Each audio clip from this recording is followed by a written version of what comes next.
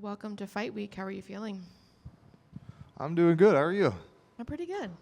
It's hot out there and crazy with all the construction. Yeah, it's a little warm. Yeah.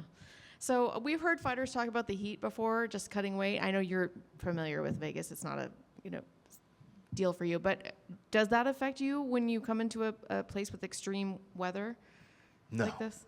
No, not at all. I've been living in southern Florida, and it's not quite as hot, but the humidity is way higher, so the dry heat is not that bad.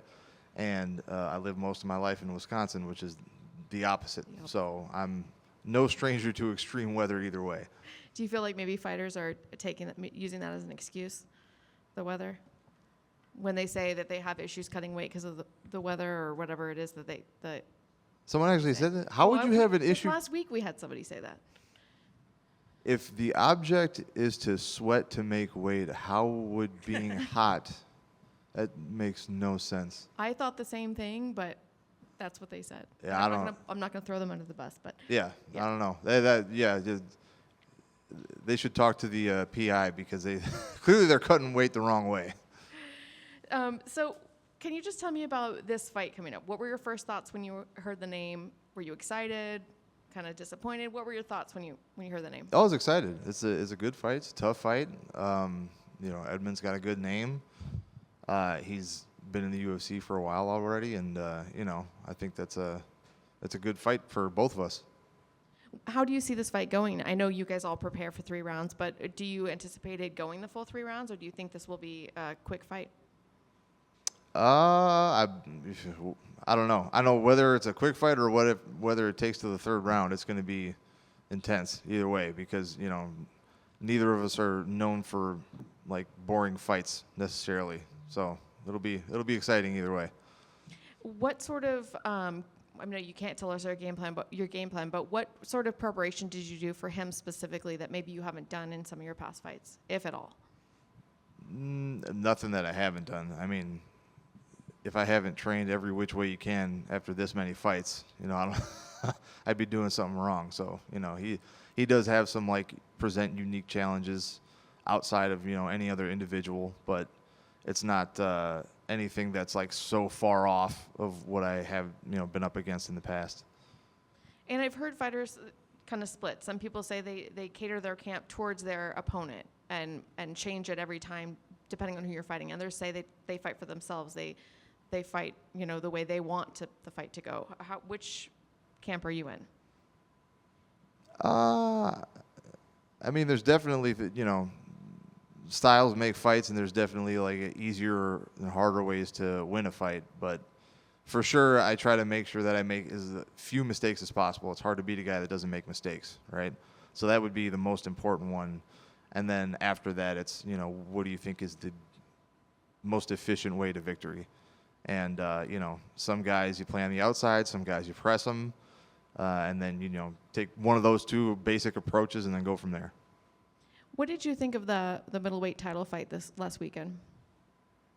It was good fight. It's fun to watch. I was one of the few people who picked DDP to win. I just, I think people hate on his style because it doesn't look aesthetically the way they think it should.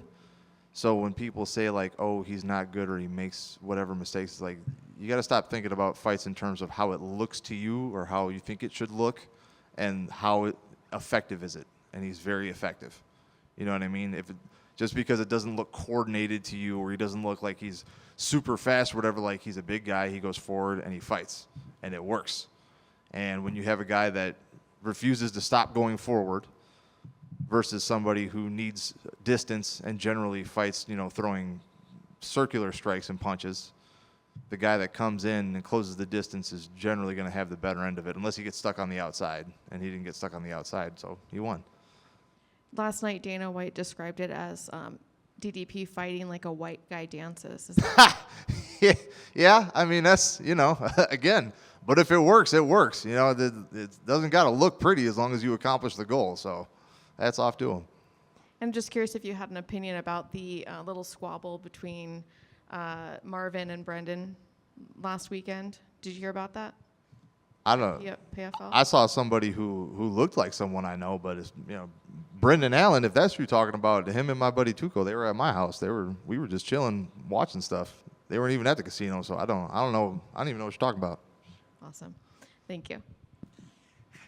Hey, Gerald. Now that you've been at Kil Cliff for a minute, how has the transition to that big gym been for you? I think it's been great. I got along great with everybody there when I first came. I've been living in there for about a year. I've been doing camps longer than that there. Great staff, great people. I help out now. I teach grappling on Fridays, so far it's been a great fit.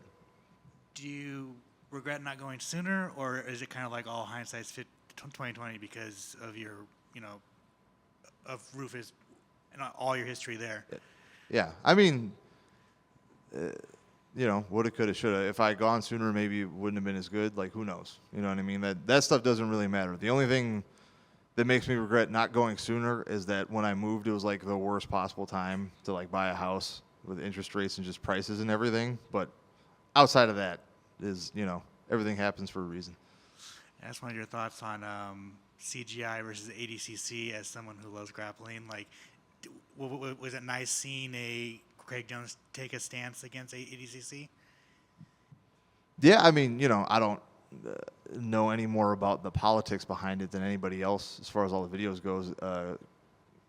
He's hilarious, so like he did a great job marketing. And like there was really tough people on both cards, and I think, if you truly believe in the power of free market capitalism, competition is the best thing for everybody. So, they both put on great events. They both had really tough grapplers.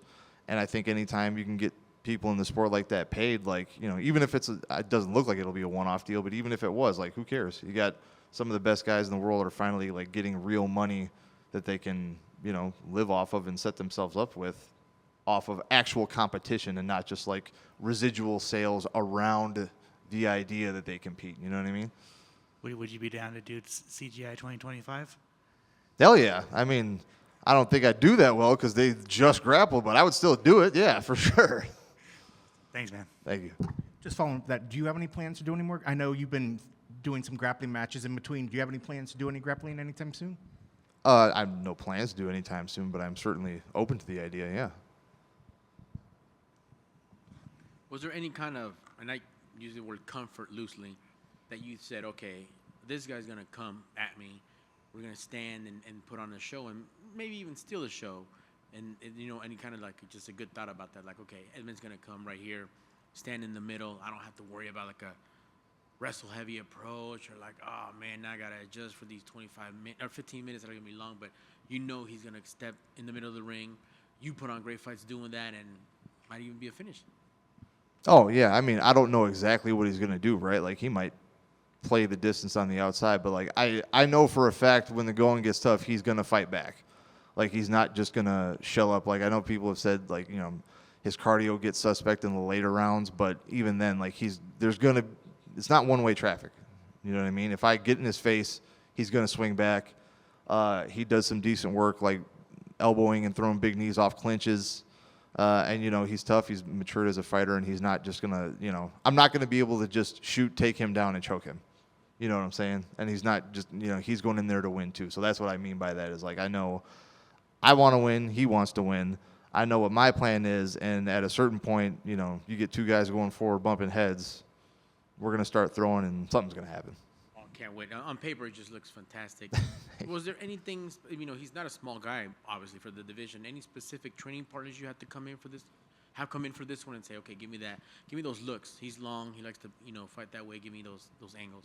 No, I mean, we got so many good guys at Kil Cliff, plenty of lanky right-handed strikers. So, I didn't need to, like, bring it. That's the nice thing about being at a gym like Kil Cliff is, like, you don't need to bring anybody in. And then there's enough high-level guys with different looks that, you can prepare for anything, right? Like, on paper, would you expect him to shoot? No, but he could. You know what I mean? Even threatening to take down, as an attempt to throw me off isn't necessarily the worst idea. So, we'll see what happens. I'm sure when he watches this video, he's like, okay, I'm going to shoot. No, yeah, right off the glove touch shoot, yeah. All right, man. Can't wait to see it on Saturday, and good luck, sir. Thank you. Appreciate it.